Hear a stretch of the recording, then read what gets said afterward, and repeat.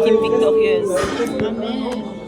Je pense que maintenant, on est tous dans une fin de session assez difficile, avec des travails à l'intérieur et à l'extérieur du cégep.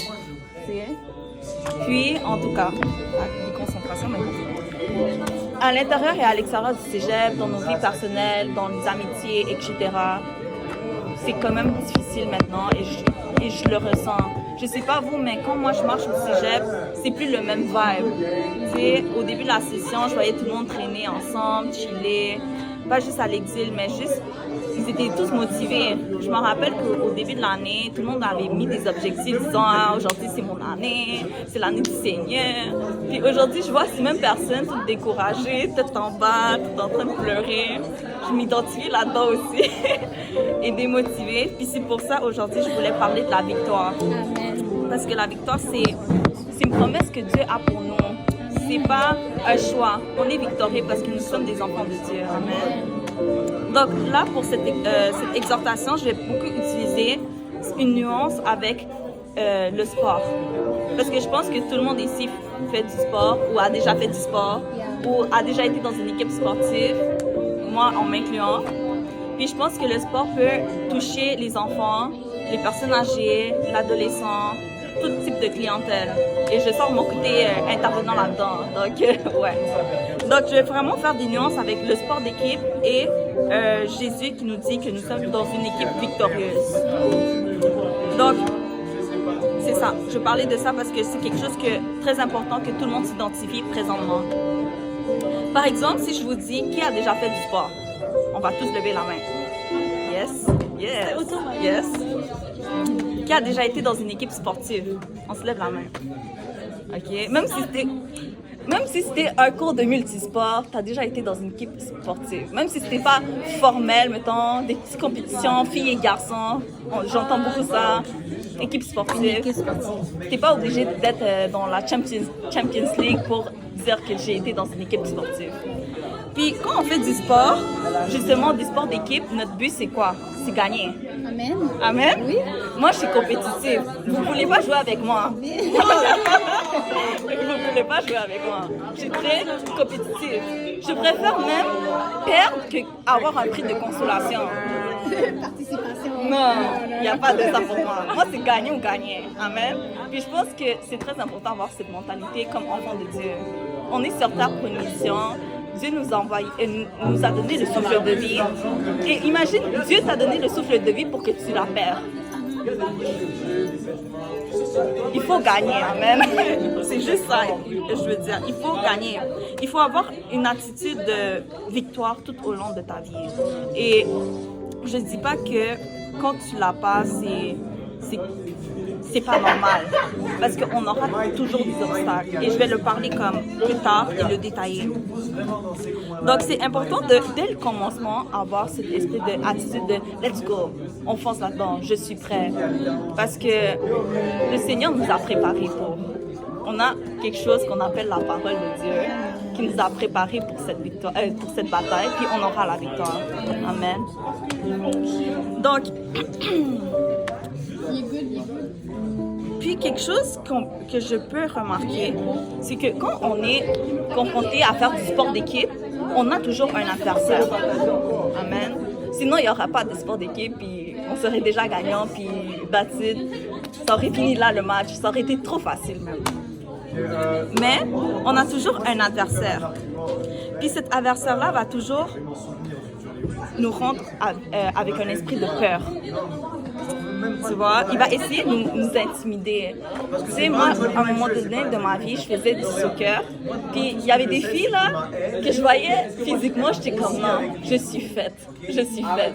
Les grandes filles avec des gros muscles et tout, je disais, je suis faite. Quand je jouais aussi, des fois, je voyais que cet adversaire-là me tirait le chandail. Je disais au coach, hé, arbitre, c'est faute, tu vois.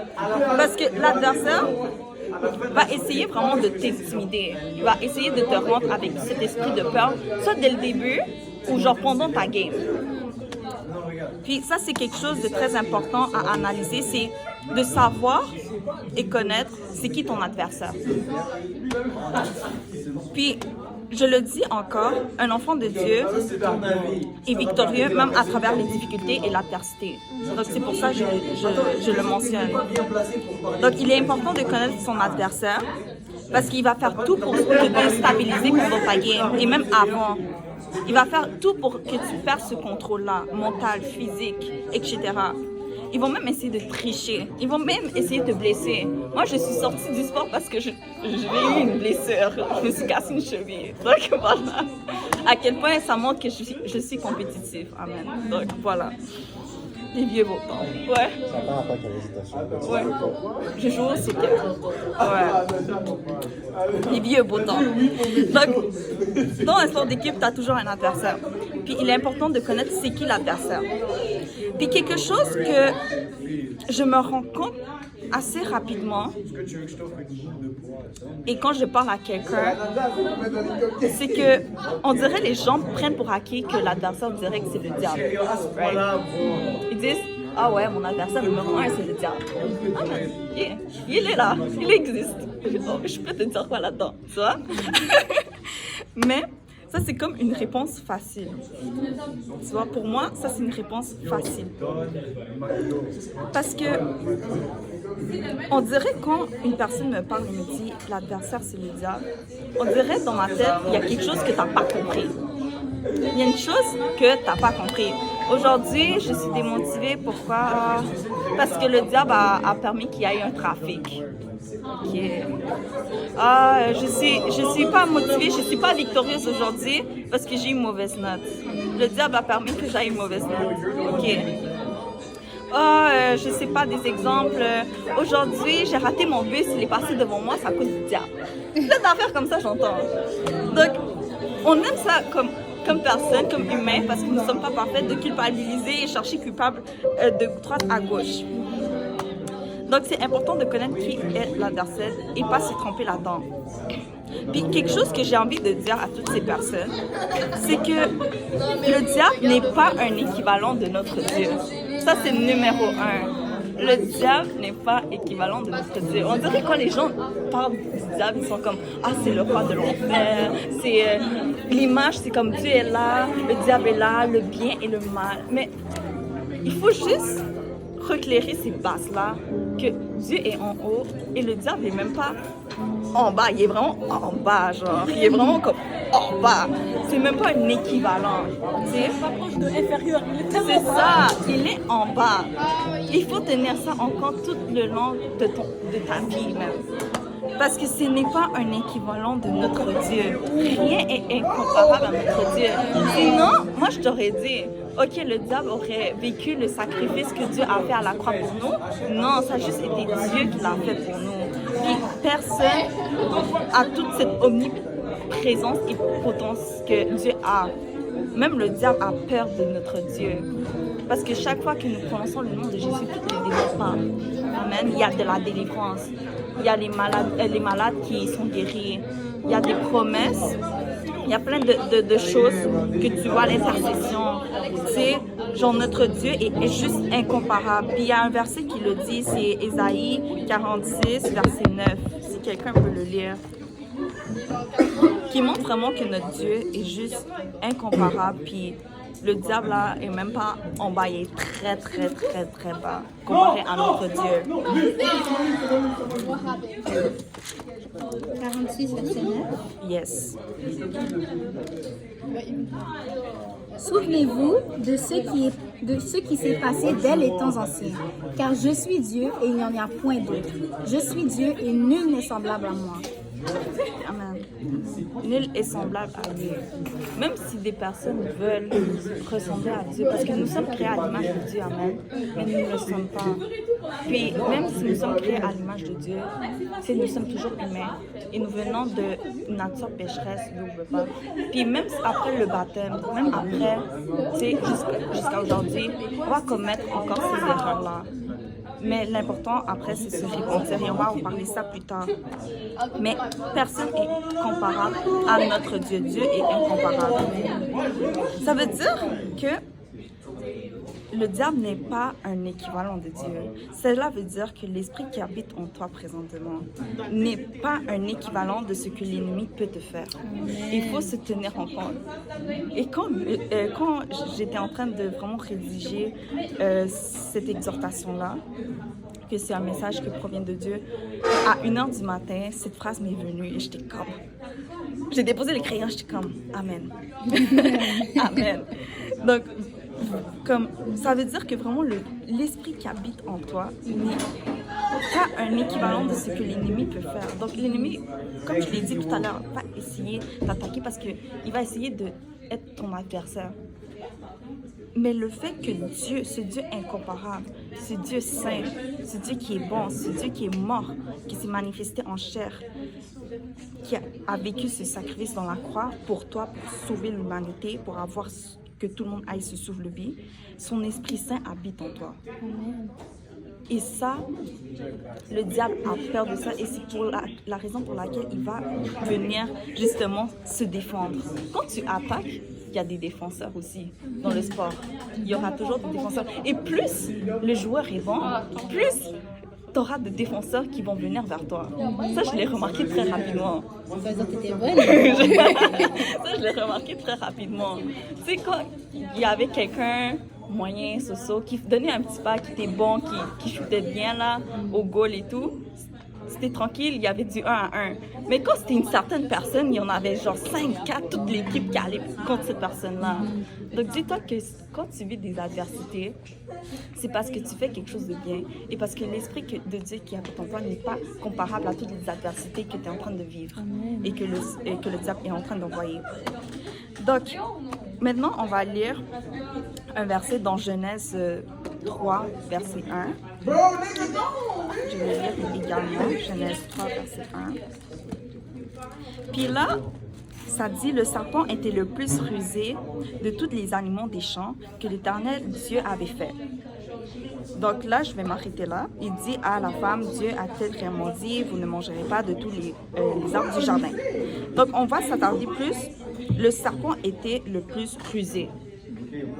Et je sais que vous l'avez lu comme plein de fois, l'histoire de Adam et Ève, depuis petit même.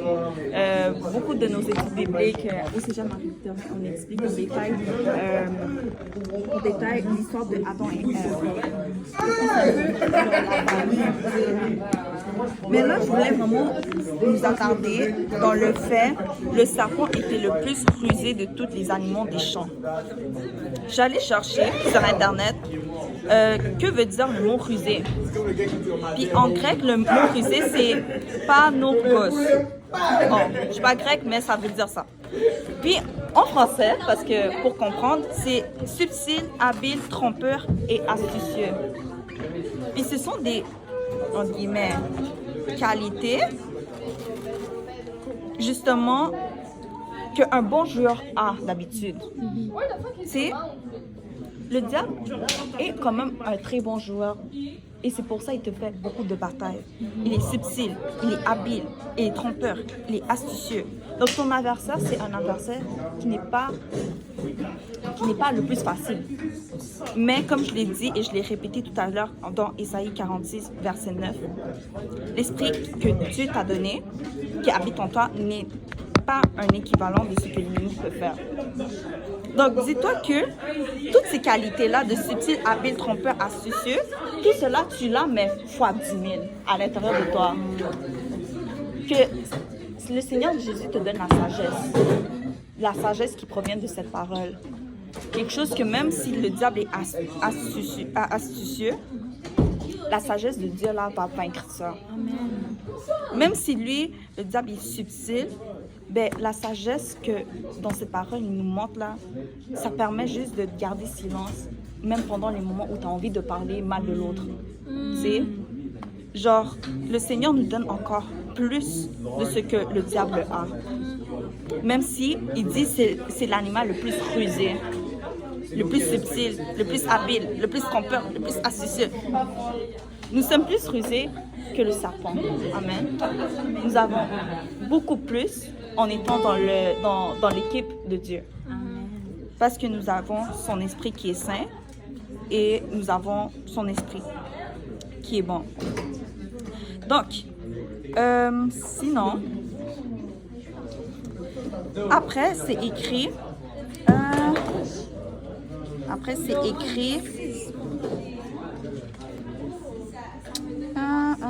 Répondez.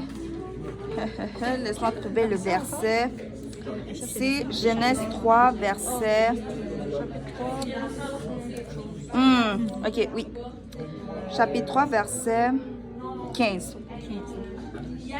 Je mettrai intimité entre toi et la femme, entre ta postérité et sa postérité. Celle-ci t'écrasera la tête et tu lui blesseras le talon.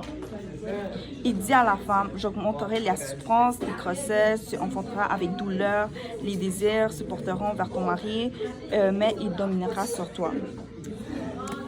Chaque fois, je sais pas à vous, mais chaque fois que je lis ça en tant que femme, je perds une larme. Parce que, oui, des fois, je me rappelle une fois, la sœur Kéla avait fait une exhortation par rapport à Adam et Ève. Puis je me rappelle quand elle a lu ça, beaucoup ont chippé même. Ils ont chippé sur Ève. Ils ont dit, yo, comme, tu comprends? Puis je comprends, parce que quand on lit ça, ce verset-là, on peut voir le champ lexical. Vous voyez vos cours de français là, le champ lexical de la douleur, souffrance, douleur, peine. Ouais, ça fait mal à l'intérieur de nous. Mais bon, ça alourdit, c'est pas motivant. Mais je trouve que le Seigneur Jésus nous a donné un message très puissant. Et même si c'est quelque chose de lourd et de souffrant, c'est un message positif, même à travers de tout cela. Donc, ici, il dit, je mettrai intimité entre toi, inimitié entre toi et la femme, entre ta postérité et sa postérité, celle-ci t'écrasera la tête et tu lui blesseras le talon. Wow. Juste celle-ci t'écrasera la tête et tu lui blesseras le talon. Je ne sais pas si vous avez la même image que moi, mais c'est comme si dire le serpent, c'est le serpent avant il avait des pattes. Je ne sais pas si vous saviez l'histoire, mais avant il y avait plein de pattes. Et c'est pour ça à un moment donné, Dieu lui dit que tu vas romper. Tu vois, parce qu'il a enlevé toutes ces pattes-là. Donc imagine un serpent, puis toi tu es juste devant. Puis t'es debout. C'est comme dire les personnes qui ont peur des araignées, tu sais. Les araignées sont toutes petites et toi t'es grand et t'as la possibilité de l'écraser. Mais c'est la même chose avec les serpents. C'est la même chose avec le serpent. T'as la possibilité de l'écraser, t'as la possibilité de le blesser. Il peut te faire peur, mais c'est toi qui vas permettre que cette peur rentre. Tu vois? Il va essayer de t'intimider, mais c'est toi qui vas décider ou pas si le diable, le serpent, va t'intimider. Donc ce verset-là, pour moi, il a été puissant. Je vais continuer ici, j'avais mes d'autres notes. J'ai fait des notes partout. J'étais en classe, le Seigneur me parlait. J'étais chez moi à 1h du matin, le Seigneur me parlait. Après, tout à l'heure, le Seigneur m'a reparlé. Donc, mes notes sont un peu frappées. Mais, tout ça pour dire, dans un sport d'équipe, soit tu gagnes, soit tu perds. Et moi, j'ai dit, les prix de consolation, là, ça sert à rien. Parce que ça ne te console pas, t'as perdu. T'as style perdu. T'as un prix de consolation, t'as style perdu. Je veux rien savoir. Donc, personne n'a dit que ça va être facile. Puis l'ennemi ne va pas te céder la place et encore moins se tasser. Tu vois? Quand j'ai dit que quand tu es un bon joueur, plein d'attaquants vont venir t'attaquer, c'est parce que c'est vrai. Quand tu es un bon joueur, il y aura plusieurs personnes qui sont venues t'attaquer. Puis il y a quelque chose que mon pasteur a dit, ça fait 3 semaines, mais c'est une phrase que je retiens. C'est qu'il a dit, ça se peut qu'il y ait une pierre devant toi, une tempête, un courant, quelque chose, tu sais. Puis il y a des personnes qui vont prier pour que cette tempête parte. Mais il a dit, c'est mieux que tu pries pour la victoire. Parce que si Dieu a laissé que cette tempête soit là dans ta vie, c'est pour une raison. Tu vois? Donc laissons cette tempête-là, le problème va être là. L'adversité va toujours être là. Mais prions pour la victoire parce que notre promesse, c'est être victorieux. Nous sommes dans l'équipe gagnante. Donc c'est quelque chose qui m'a frappée, qui m'a touchée. Puis qui montre que nous sommes des enfants de victoire. Donc, il faut comprendre quelque chose, que Dieu nous a donné autorité sur le diable.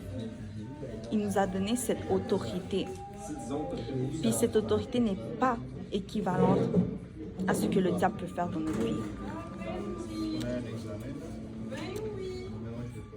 Puis, il est important de laisser la... Attends, il faut laisser sa place. Ouais. Puis c'est important de laisser sa place. Parce qu'ici, ça dit quoi? Ça dit, dans le même verset, laisse-moi retrouver la page.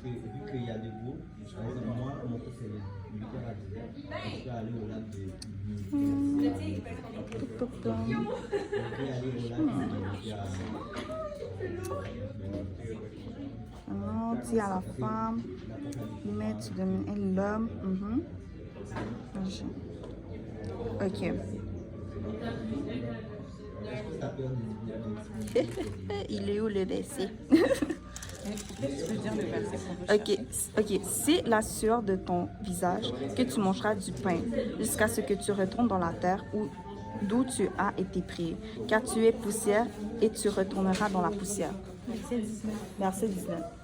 Donc ici dans ce verset-là, le Seigneur avant il nous a dit qu'il nous donne la victoire, qu'il nous donne la possibilité d'écraser la tête de l'ennemi.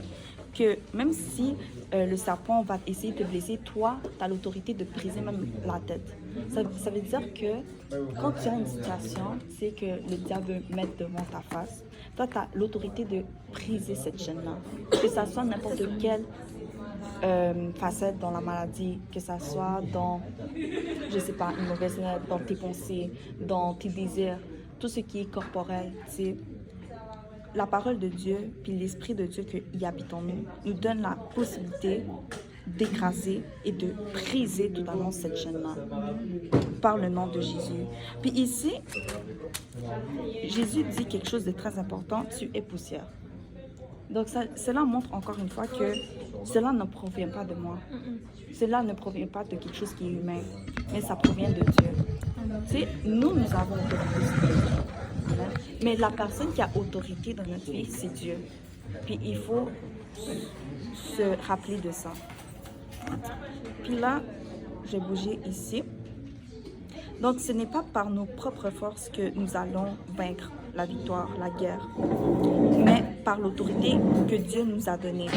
Puis Jésus a dit dans Luc 10, verset 19, là je l'ai écrit parce que c'était plus facile. Puis c'est écrit, voici je vous ai donné le pouvoir de marcher sur les serpents et les scorpions et sur toute la puissance de l'ennemi. Et rien ne pourra vous nuire. Amen. Donc, rien ne pourra vous nuire. Rien. Le mot rien n'est pas là pour rien là. Tu comprends?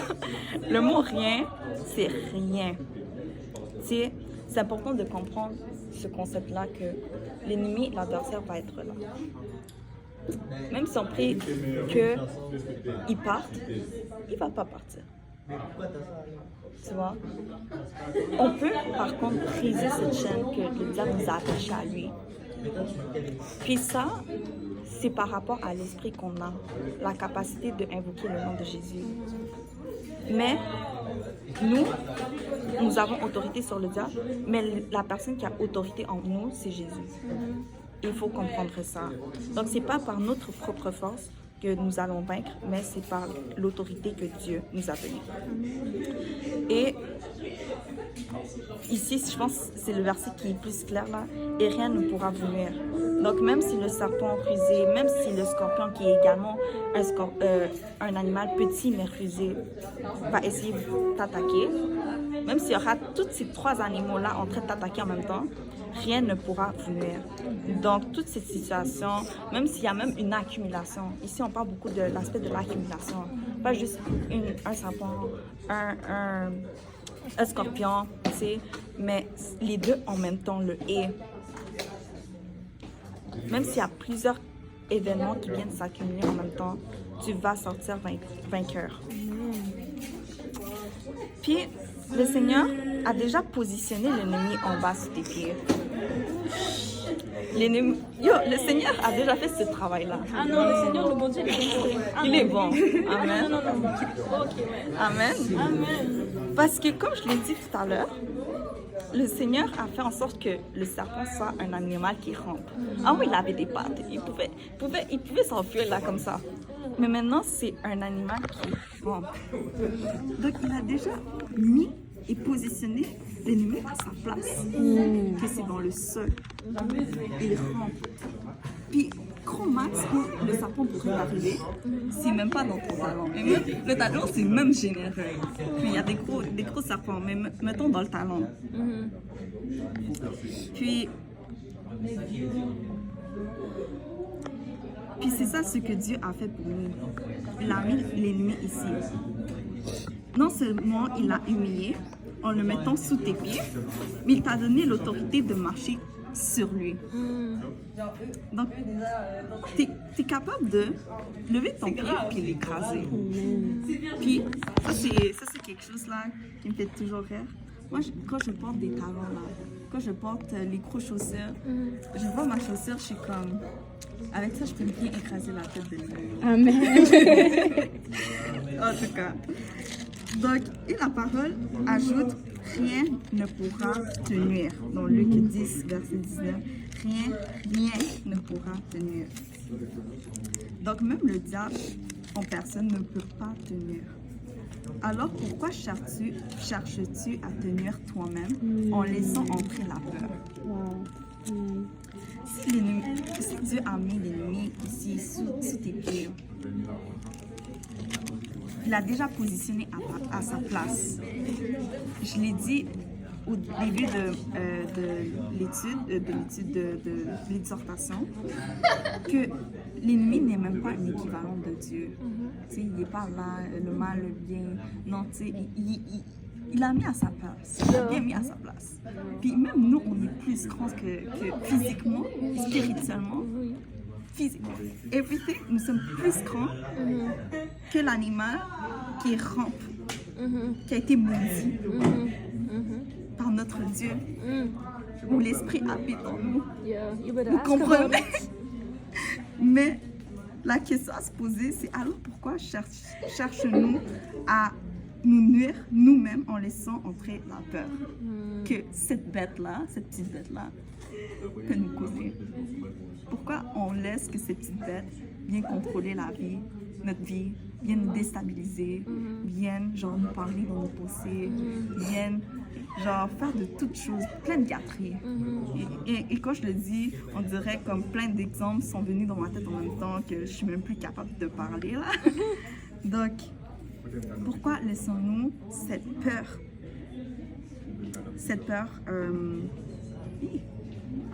peur rentrer, sachant c'est quoi l'ennemi et que Dieu l'a positionné en bas et toi tu es en haut. La parole, donc c'est ça. Donc rien ne pourra te nuire. C'est ça que la parole dit et elle est claire, rien ne pourra te nuire, même cette petite bête-là. Le diable ne viendra pas t'obliger à pécher.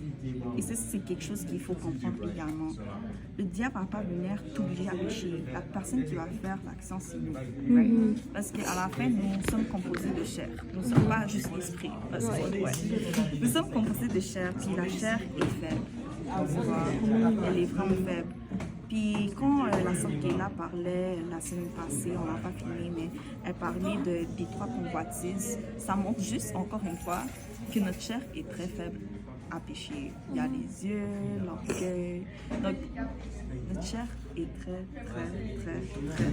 faible. Amen. Puis il faut faire attention parce que notre chair aime beaucoup de choses et s'est habituée à plusieurs choses de ce monde qui ne se sont pas nécessairement les meilleures pour ton esprit. Tu sais? Puis on veut vraiment que cet esprit que Dieu nous a donné puisse rester. On veut alimenter cet esprit-là de bonnes choses. Il y a beaucoup de personnes qui me disent, exemple, c'est pas un péché d'écouter de la musique, genre, avec plein de mauvais mots, etc. Ok, d'accord. Mais quel effet est en train de faire à ton esprit qui est avec toi? Est-ce que c'est quelque chose de bon ou mauvais? Puis rappelons-nous, dans le début de Genèse, je pense même chapitre 1, la première chose que Dieu a fait, c'est séparer la lumière avec les ténèbres. Il a séparé les lumières des ténèbres. Ça n'a pas été pour rien. Parce qu'il y a un côté ténèbres, un côté lumière. Et Dieu, dans sa parole, dit que nous sommes des enfants de lumière. Il faut garder cette lumière. Parce que sinon, sans cet esprit-là, nous sommes juste des personnes dans le monde. Puis, comme je l'ai expliqué dès le début aussi, il y a deux équipes. Celle qui gagne et celle qui perd. Donc, choisissons le camp de la lumière, choisissons l'équipe victorieuse, choisissons l'équipe où Jésus prend autorité sur nous. Amen. Afin qu'il puisse nous diriger. Et afin que le diable puisse point nous manipuler ou nous parler. Parce que si nous donnons accès, porte à toutes ces choses-là, notre chair est faible. On va tomber. Et c'est là où tu vas ruminer. C'est là où tu vas voir facilement comment, en une seconde, on dirait ton esprit se cache. C'est parce que la chair prend contrôle. Et laissons pas notre chair prendre contrôle dessus, de ce qu'on a reçu de Dieu. Donc ça c'est quelque chose que j'avais même pas prévu dans mes notes. Mais bon, on se laisse emporter par l'esprit tout le temps. Amen. Donc c'est ça, le diable ne viendra pas t'obliger à pécher. Il ne mettra pas le téléphone dans ta main. Tu vas pas? Tu vois? Il ne mettra pas cette cigarette dans ta bouche. Tu vois? Il va pas t'obliger comme ça, genre voir des impurités, quoi que ce soit pornographique ou genre des vidéos de femmes, de montrer leur corps, etc. Tu vois? Il ne va pas placer tous ces éléments-là. Il ne va pas contrôler ta langue même lorsque tu es en train de dire des mauvaises choses, jugement avec telle sœur contre telle sœur. Tout cela, ça va dépendre de toi. Et ça va dépendre si tu vas te laisser tenter par toutes ces choses-là de l'extérieur ou si tu te tiens debout comme un enfant de Dieu et tu décides d'aller vers le camp de la victoire sans peur. Donc, il ne faut pas laisser que cette chair prenne le dessus de ta vie. Il faut laisser que cet esprit domine. Il y a des choses que je vous dis que des fois, notre chair veut, mais tu sens à l'esprit que c'est un gros non. Il faut écouter la voix de Dieu. Et comment beaucoup posent cette question-là, comment savoir identifier si c'est la voix de Dieu, si c'est la voix de l'ennemi, comment connaître ça? C'est par rapport à la prière, c'est par rapport aussi qu'est-ce que cette Bible dit et connaître le contexte, parce que des fois il dit ah oui mais dans cette parole, tu sais, quand le diable a voulu tenter Jésus quand il était comme il voulait tenter Jésus, dans le livre de Matthieu, il disait ah oui mais dans ta parole c'est écrit ça, dans la parole c'est écrit ça, mais il sortait de contexte. Donc c'est très important de comprendre la parole, comprendre son contexte, la lire, la méditer. Parce que si on voit des versets de gauche à droite sur Instagram, sur TikTok, etc., et on les met hors contexte, on va tomber dans des pièges que l'ennemi veut qu'on tombe. Et là, ça va devenir très, très dangereux. Tu vas même changer d'équipe sans même que tu te rendes compte. Tu sais. Il y a des fois, je me rappelle au secondaire, on faisait beaucoup de multisports, des trucs comme ça. Tu sais. Puis des fois, je ne savais même plus où j'étais, avec qui je jouais. On dirait les gens de mon équipe jouaient entre eux, puis moi je jouais comme... Je cherchais mon équipe, tu sais. Mais on veut pas ça, on veut vraiment une unicité dans l'équipe. On veut vraiment savoir que, ok, j'appartiens dans l'équipe de Jésus et je joue avec l'équipe de Jésus et non contre l'équipe de Jésus. Donc c'est très important. Puis, c'est ça, faut pas laisser Sacha prendre le dessus de ta vie. Donc, il faut juste se rappeler que faut faire attention avec la peur. Car celui qui est en toi est plus grand que celui qui est dans le monde. Et ça, c'est 1 Jean 4, verset 4. Donc, vraiment, lui qui va combattre nos problèmes, ça va être Jésus. Mais il faut permettre Jésus de combattre pour nous. Amen. Ça, c'est très important.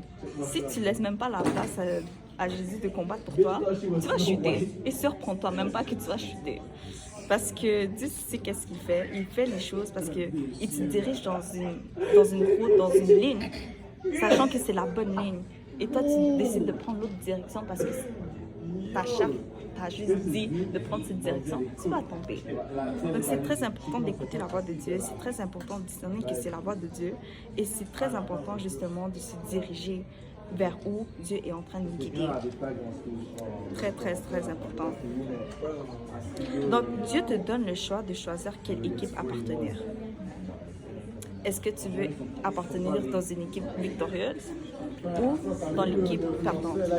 Puis la notion de choix, c'est une notion qu'on en parle beaucoup. Parce que il y avait, comme je vais prendre l'exemple que tout le temps on dit, il y avait 2 arbres dans le jardin. L'arbre de la connaissance. Il y a de la... Autre chose. J'ai pas une espèce de la vie et un autre truc et après je faudrait que je retourne dans la vie parce que ouais bon j'ai la vie. J'ai la vie. Ok. J'ai la vie. Ok. Donc il y avait 2 arbres en fait dans le jardin d'Éden. Donc Dieu a dit vous pouvez prendre tous les fruits, tout ce que vous voulez. C'est comme si Dieu allait dire, tu sais, vous pouvez faire de tout, mais pas toucher à tel livre qu'il y a dans l'étagère. Tu sais, le livre est petit. Ils ont tout cet espace. Et tu décides de désobéir. Il y aura toujours 2 choix. Le Seigneur va te diriger, te guider vers aller vers un choix. Il ne va pas t'obliger. Il va te montrer, check, si tu prends telle route, il y aura ça. Si tu prends telle route, il y aura ça. Mais il ne va jamais te dire, toi, va là, toi, va là. Parce qu'il veut vraiment que tu le choisisses, que tu le fasses, que tu fasses ce pas-là. C'est sûr qu'en lisant cette parole, tu vas lire les promesses, tu vas lire des belles choses et tu te dis, waouh, cette parole va me toucher, va me transformer. Mais tu dois laisser ton cœur s'ouvrir et que cette parole ait accès à ton cœur. C'est très, très, très important. Donc, dans le jardin, il y avait 2 arbres. Et dans la vie, c'est toujours comme ça. Il y aura 2 choix. Tu fais le bien ou tu fais le mal. Et ça revient toujours à toi. Les autres à l'extérieur vont pouvoir soit te guider dans une bonne direction ou dans une mauvaise direction. Et là, on rentre dans un autre truc que c'est avec les personnes avec qui tu traînes. Toutes les notions bibliques sont reliées. On a parlé de victoire, on a parlé des personnes qui tu traînes, tu parles du pouvoir du choix, on parle de quoi? De la peur, on parle de la crainte, on parle de la connaissance. Tout est relié dans cette parole. Parce que cette parole, c'est notre aliment quotidien. Amen. C'est ce que vraiment nous guide à prendre les meilleurs choix dans nos vies personnelles, que ça soit personnel, professionnel et tout. Donc, c'est très important de pouvoir prendre le bon choix. Et le bon choix, moi, je vous dis d'avance, je vous fais un spoil alert, c'est l'équipe victorieuse du Seigneur Jésus. Il n'y a pas d'autre choix dans ma tête. Donc, c'est ça pour conclure, parce que moi, je suis allée vite là. Petite exhortation. Donc, aujourd'hui même, tu as la possibilité de choisir l'équipe victorieuse. Et ce choix va toujours être ouvert. Tu sais, Jésus revient bientôt. C'est juste ça que je peux vous dire. Puis, je le sais parce que je le lis dans sa parole. Tous les signes que Jésus avait dit qui allaient se passer avant qu'il arrive, sont en train de s'accomplir et même ils se sont déjà accomplis. Donc Jésus peut revenir quand je finis cette phrase. Genre, on ne sait pas quand lui va revenir. Mais une certitude que j'ai, c'est qu'il revient bientôt. Et c'est quoi être dans l'équipe victorieuse? C'est refuser avoir peur. C'est pouvoir dire, Seigneur, c'est pas moi qui me bat contre l'ennemi, mais c'est toi qui combats pour moi. Puis, c'est quoi comme le premier pas pour se dire, OK, je veux appartenir dans cette équipe-là victorieuse? C'est se repentir. Et on le voit beaucoup dans le livre des Actes, Actes chapitre 2, verset 38, que la repentance, c'est le premier choix. Puis, la première fois qu'on m'a parlé de repentance, j'étais comme, c'est quoi ça? J'étais comme, mon corps réellement comme agit directement avec peur, avec crainte. Mais la repentance, c'est quoi? C'est vraiment, si tu allé vers une direction, tu fais demi-tour et tu vas vers l'autre direction. C'est pouvoir se dire la vie que je mène présentement, c'est pas la vie que je veux mener. On parlait d'équipe. J'en ai marre de perdre avec le diable parce qu'on va être honnête. Quand tu connais pas Jésus, tu es dans l'équipe perdante et tu le sais et tu le ressens à l'intérieur de toi. T'sais. Comme la drogue, oui, ça va faire du bien temporellement, mais ça va venir te détruire à un moment donné. Les mauvaises pensées, l'anxiété, peut-être oui, tu fais tes travaux comme plus à temps, ah oui, peut-être tu stresses, tu as des bonnes notes, etc. Mais ça va venir te manger l'anxiété, ça va venir comme juste dégrader ta santé mentale et même spirituelle et tout genre. Tu sais, quand tu ouvres cette porte-là, et la repentance, c'est justement fermer cette porte-là et se dire non, j'en veux plus. Je veux me tourner vers l'autre bord avec Jésus parce qu'on l'a vu aujourd'hui, c'est Jésus qui combat pour moi et non le contraire. Donc ça, c'est la repentance. Dire, Seigneur, je reconnais que moi, je suis humaine. Et je reconnais que moi, j'ai essayé pendant, je sais pas, 15 ans, 16 ans, 17 ans, 20 ans de ma vie, vivre à ma manière, puis ça n'a pas marché. Je suis restée dans l'équipe perdante. Moi, je déteste perdre. Là. Moi, quelqu'un me parle de l'évangile comme ça, la première fois, j'ai dit oui. J'ai compris ça, Donc, repentir, c'est vraiment dire, non, je veux vraiment aller vers l'équipe gagnante et je reconnais que c'est toi qui combats pour moi. Ça, c'est la repentance. Deuxièmement, il y a quoi? C'est le baptême au nom de Jésus. Le baptême au nom de Jésus, en fait, j'ai une question. Comment tu es supposé dire et avouer que Dieu combat pour moi si je ne porte pas son nom? Ça, c'est quelque chose qui est venu en tête. Comment tu es supposé dire,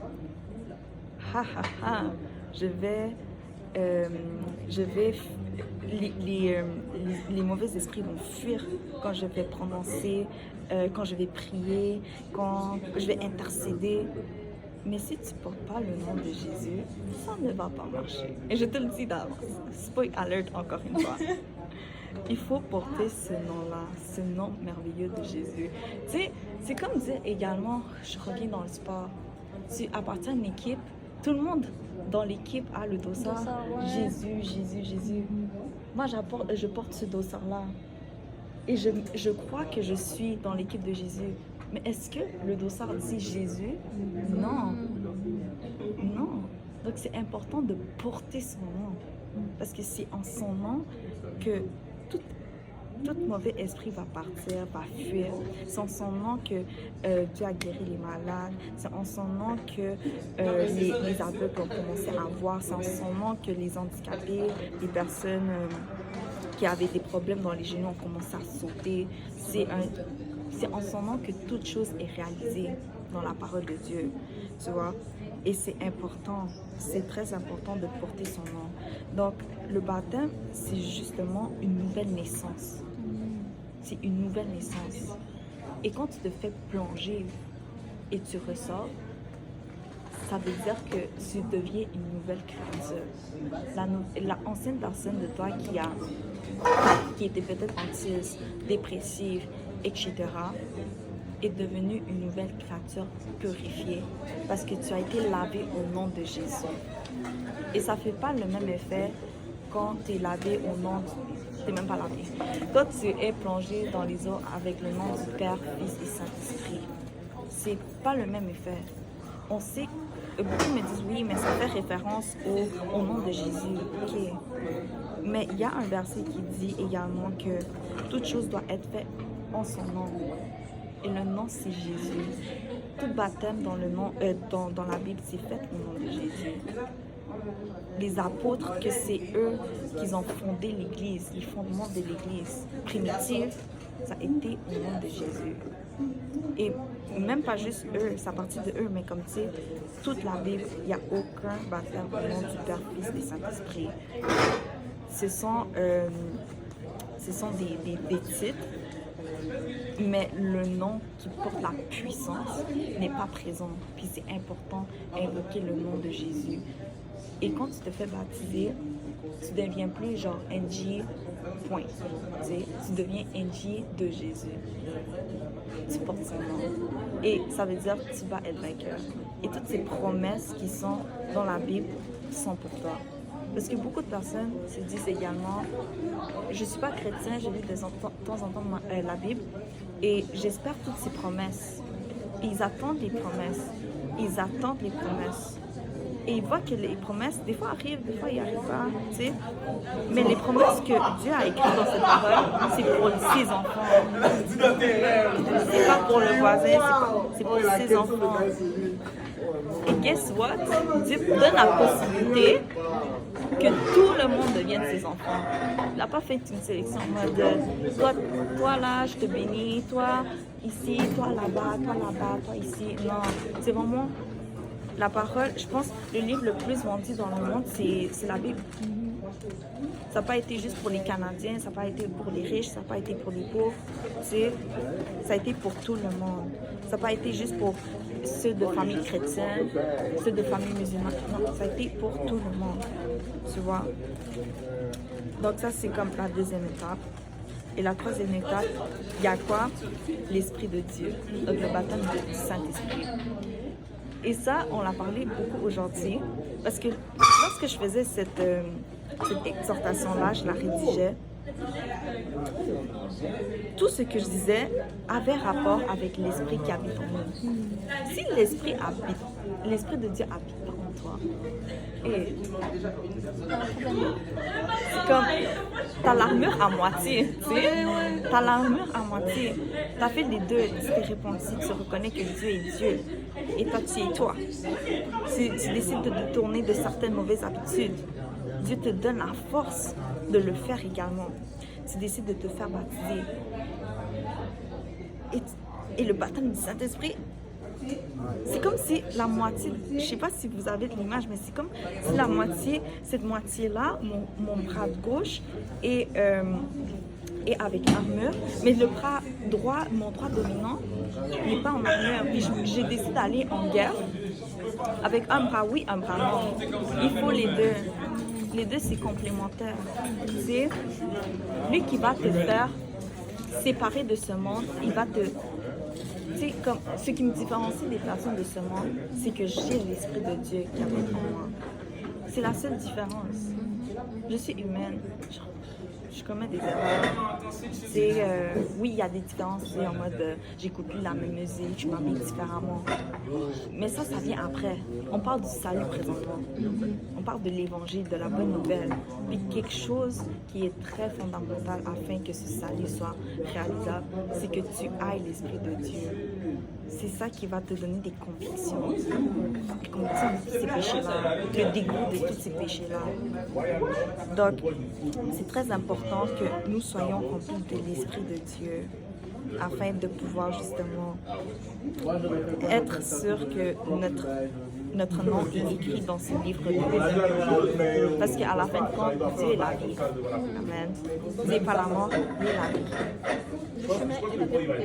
Amen. Amen. Donc, c'est ça. Moi, c'est fini mon étude. C'est l'heure de ça. Soyons victorieux. Ayons pas peur. Puis, juste rappelons-nous que ce qu'on a reçu comme cadeau du Seigneur, l'Esprit qui habite en nous, est juste plus grand que toutes les adversités que le diable nous prépare. Et vraiment, prions pour la victoire. Désirons la victoire. Puis, juste, quand on marche, montrons que nous sommes des enfants de victoire également. Très important. C'est tout.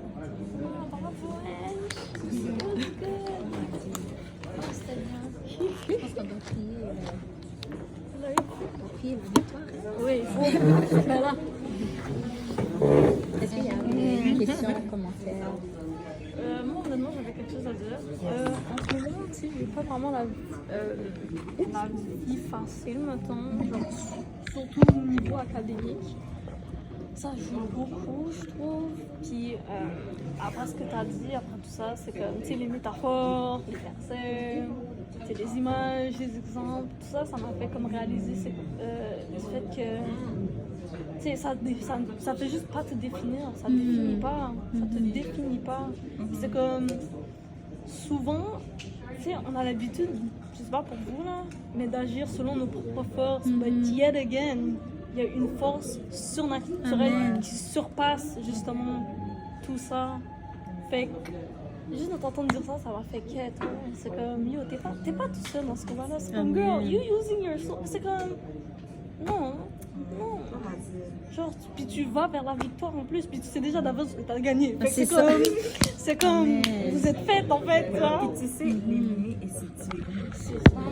Tu sais que Dieu l'a mis à sa place. Exactement. Il n'y a même plus de pattes. Il ne peut même plus te faire un petit kick. Non, même pas. Tu vois? Donc, puis nous, genre comme je l'ai dit, tu sais, le serpent est en bas. Tu peux juste lever ta tête et écraser. L'écraser, c'est fini. Tu sais. Puis on va pas le faire à partir, comme Dieu nous donne l'esprit pour pouvoir le faire, mais lui qui a vraiment l'autorité dans notre vie, c'est Dieu. Amen. Moi, ça m'a fait du bien, comme d'habitude. Je reviens tout le temps bien frais là. Ah, Dieu. Mais merci. Hein. Continuer à bien faire tout ça par semaine. Tu vas réussir au nom de Jésus. Oh oui, je fais d'avance que j'ai la victoire. Dans l'école, dans la vie familiale, dans tout. Nous sommes des enfants de Dieu. On va réussir au nom de Jésus. Mais nous savons mal, on va réussir. Donc, Moi, j'avais juste un petit commentaire. Yes. Moi, ça m'a fait penser, genre... Ça m'a fait penser genre, au fait que si on est dans l'équipe du Seigneur, il faut qu'on s'entraîne comme si on était dans l'équipe du Seigneur. Il faut qu'on laisse genre, le coach nous entraîner. Vraiment nous donner les méthodes, justement, nous donner. Parce que le coach connaît mieux l'adversaire que les équipiers. Donc il faut laisser le coach justement nous diriger, être malléable. Et quand je parle du coach, je parle de Dieu directement, le laisser nous parler, puis au travers de sa parole, au travers de rechercher sa face, pas être orgueilleux, juste rechercher sa face, et puis le laisser comme nous diriger au travers de sa parole. Et sortir de là victorieux, avoir confiance en ses plans, que sa volonté soit faite. C'est pour ça qu'on prie à chaque prière. En tout cas, moi, je désire que sa volonté soit faite avant tout. Parce que ma volonté, là, je sais que ma volonté, si ça serait de ma volonté, je l'aurais déjà perdue. Mais que sa volonté soit faite dans nos vies. Puis vraiment, comme la Sophie l'a dit, laissons vraiment ce coach nous guider. Les coachs ne sont pas faciles, je vous le dis. Les coachs aiment te voir suer. Mais ils le font pourquoi? Parce qu'ils ont un objectif avec chacun des coéquipiers, des membres. Et c'est de les amener à son plein potentiel. Puis c'est ça ce que Dieu va faire avec nous. T'sais. On sait, des fois, en fait, une phrase que j'aime beaucoup, que le pasteur dit beaucoup, c'est que il n'y a pas de sauver un jour, sauver pour toujours. Ça, mon pasteur me le dit souvent, pasteur millionnaire, il me le dit souvent. Pas parce que tu es sauvé aujourd'hui, tu es sauvé demain. C'est pour ça que c'est un travail constant. Puis moi, l'exhortation que j'avais préparée la semaine passée, ça avait encore par rapport à une équipe, l'équipe du Seigneur. Toutes les habiletés que le Seigneur met en place pour que nous soyons, oui, victorieux, mais pour juste avoir et être dans cette équipe. Tu vois. Puis on va voir si la semaine prochaine je parle de ça, plus en détail. Mais il y a tellement de choses qu'on retrouve dans une équipe sportive, si on peut le dire comme ça, qu'on peut, ils sont importants et fondamentaux dans la vie chrétienne. Si je parle juste comme ça, l'unicité, l'union, la communication. C'est toutes des choses dans un sport d'équipe qui sont fondamentales afin de réussir. Parce que moi, je vous dis, sans communication, son cœur, t'es foutu. T'es foutu. S'il y a un qui veut faire la tête, là, qui veut faire à sa tête, le coach va être fâché. Le coach va être fâché. Et même à cause de cette personne, tout le corps, toute l'équipe peut être déstabilisée.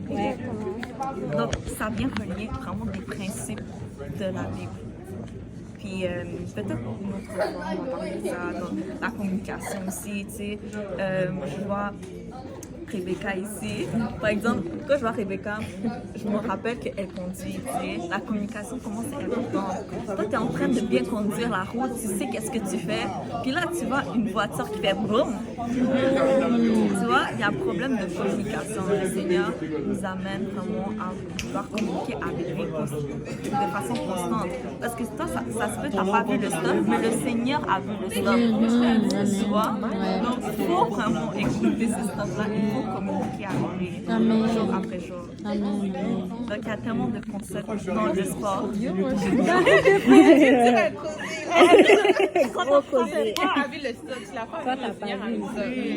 Il te dit stop, arrête-toi, c'est une pause. Quelque chose que notre chair, on est très orgueilleux. Notre chair là, il se dit non, je suis capable. Non, stop. Parce que avant toute chose, c'est lui qui passe premier. Avant toute chose. Puis maintenant je me le dis, mais tu sais, je me le dis à moi-même aussi. Parce que je suis quelqu'un que je travaille beaucoup par rapport à ça. Que des fois je suis comme non, stop.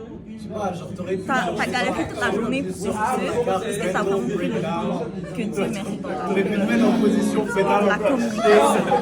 La communication, c'est la clé pour réussir aussi.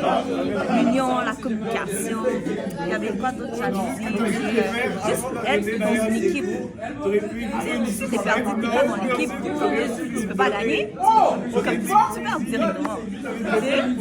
Donc, il y a plusieurs concepts dans le sport que je trouve ça intéressant, que ça peut venir plus loin. Et on le retrouve également dans la vie. Mais ça va être comme ça.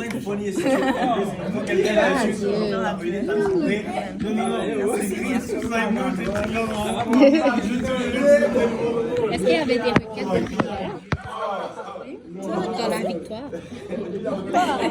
Ok, mais t'écoutes bien. Ok. I got the support. And I got the victory. So Amen. I'm I got a victory. Yo, ça vient me booster là. Ben oui, là-haut.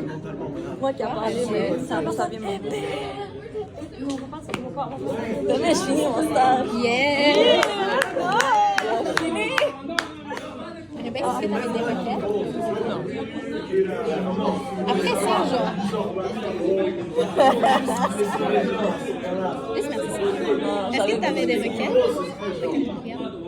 On va prier pour conclure alors. Dans la victoire. Merci Seigneur pour ta grâce, ta bonté, ta fidélité, Papa. Seigneur Jésus, merci Papa pour la parole qui a été apportée, Seigneur. Je prie Seigneur Jésus que tu puisses, Papa, nous aider, Papa, à regarder vers toi, Papa, à te chercher, Seigneur Jésus, de tout notre cœur, Seigneur Jésus, que ta volonté soit faite dans notre vie, Papa.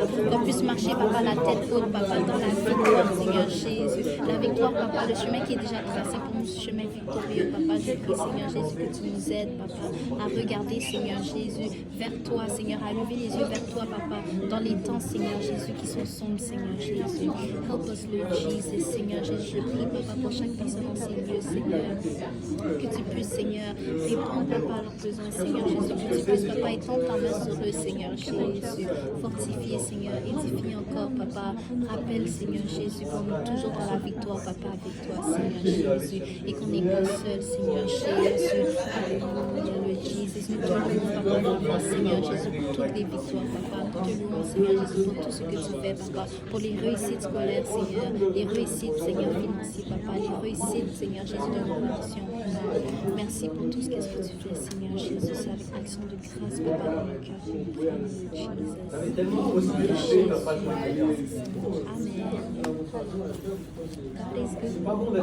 On dirait, je suis comme...